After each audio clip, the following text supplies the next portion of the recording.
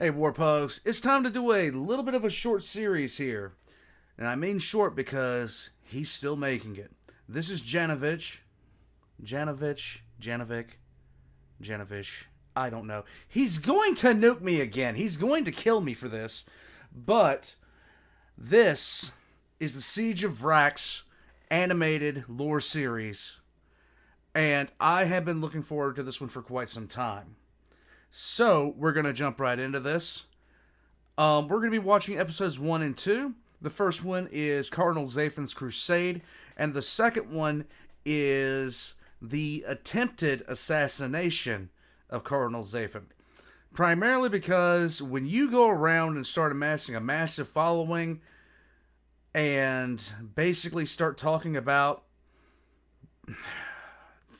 things not quite being right and people having way too much power and all the kind of crap that Zafan was saying, you attract all the wrong kinds of attention. And Zafan did exactly that. Guys, let's get into it. Episode 1 of the Siege of Vrax series. Let's go.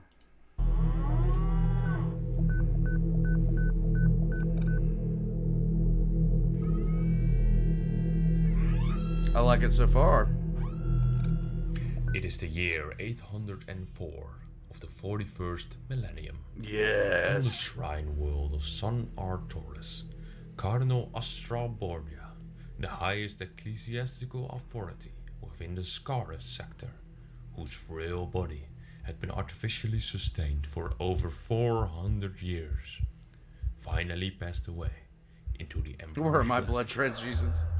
Upon his death, the role was passed on to Borgia's protege, Cardinal Zafan. But before resting easy in his new seat of power, he would set out on a pilgrimage across the Scaris sector to see all the holy places for himself. Now, granted, doing something like that wasn't exactly rare. It was actually something that everybody kind of expected. Most cardinals, upon assuming their seat, or bishops, or whatever, are going to do tours of their general area. They really, really are. Just to kind of get out there and show the banner and show the face. His entourage consisted of thousands of preachers and servants, and was accompanied by a contingent of the Adeptas Sororitas, Not the Sisters surprising. of Battle, that would serve as Zafan's personal bodyguard. For 5 years, he would travel across the sector to preach the Imperial Creed. Every world he visited, his entourage would grow, with many pilgrims and preachers joining what was now beginning to be called a crusade of faith. With so many zealous followers sworn to the Cardinal, it was in all practicality beginning to form a small army. And this is where the problems really started. This is where it really began to kick off. On Thracian Primaris, the main capital of the sector, a particular ecclesiastical deacon with the name of Mammon joined the Cardinal's side as his trusted advisor. With such a large and loyal following, the Cardinal was starting to realize he could be so much more than just a token figurehead of the ecclesiarchy. Surely now he could take real action towards the sector of non-believers. And the biggest problem was those he started to say were non-believers. When you start targeting specific people, other people start paying attention. And he got all kinds of the wrong attention. Upon Mammon's advice, he set out for the secluded system of Vrax. Vrax was not only just the site of St. Leonis Basilica, but also an imperial armory world. For the ambitious Cardinal, Vrax would be the perfect base of operations, where he could prepare his further plans for the sector.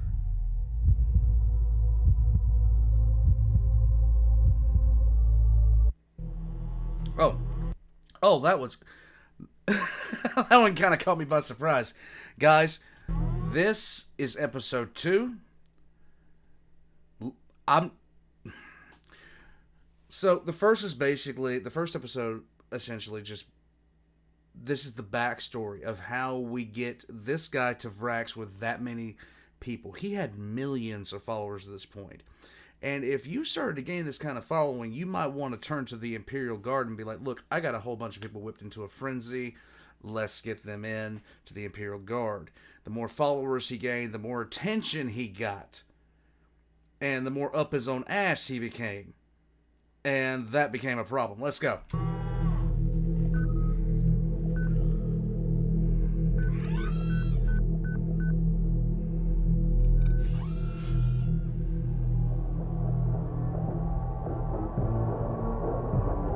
In a great procession, Oh.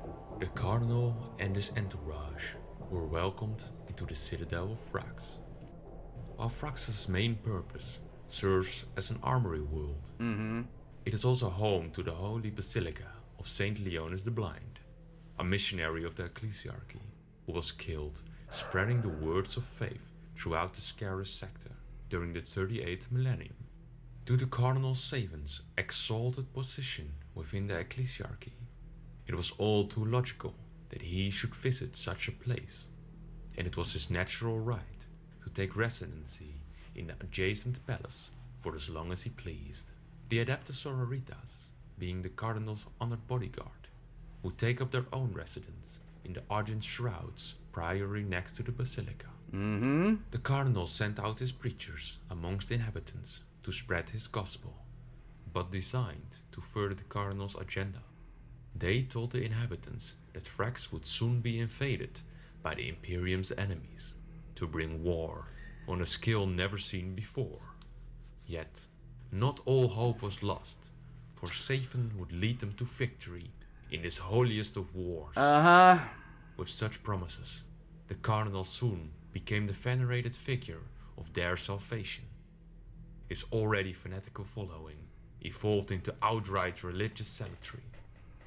One could have gotten the impression the people on Vrax started to worship Cardinal Zafan even more than the God Emperor himself. However, not all were so easy to persuade.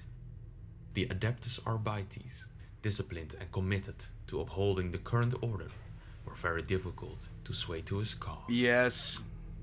Unsurprisingly, the Inquisition wasn't all too pleased with the Cardinal clearly overstepping his ecclesiarchal boundaries. After all, the Ecclesiarchy was prohibited from commanding armies as instructed by the Decree Passive. Yep. They had seen it all too many times before. Hubris, self-deceiving and arrogant figureheads sidestepping the Emperor's will. The Decree Passive was made after the Age of Apostasy when Goj Van Dyer almost destroyed the Imperium because he was a dick. And for Zafan to be controlling this many people who were arming themselves was, well, it was a direct violation of the Decree Passive. That's why I say, if you're a cardinal and you start to amass a whole bunch of people that want to go to war, Imperial Guard is who you want to turn to take care of your little problem. Before the problem that you don't think is a problem becomes a problem. Secret, the Ordo Hereticus had dispatched an agent of the Officio Assassinorum to Vrax. A Vindicare assassin, disguised as a pilgrim, sneaked into the citadel. With his Exitus sniper rifle, he took position on the highest spire of the Basilica. Yep.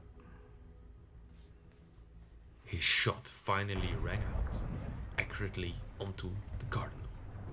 But in his paranoid suspicions, Zafan had already prepared himself by wearing Rosarius mounted refractor shield. It created a flash of light as the bullet impacted with the shield. His bodyguards ran out into the line of fire to protect their Cardinal, and 2 of them died as more shots from the assassin rang out. In the ensuing upheaval, the Cardinal was quickly brought to safety.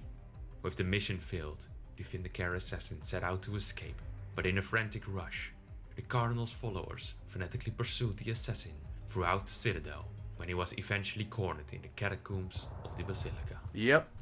Zafan and Mammon, not wasting such a splendid opportunity, ordered the dead body of the assassin on public display, and news of the event quickly sparked turmoil all over Vrax.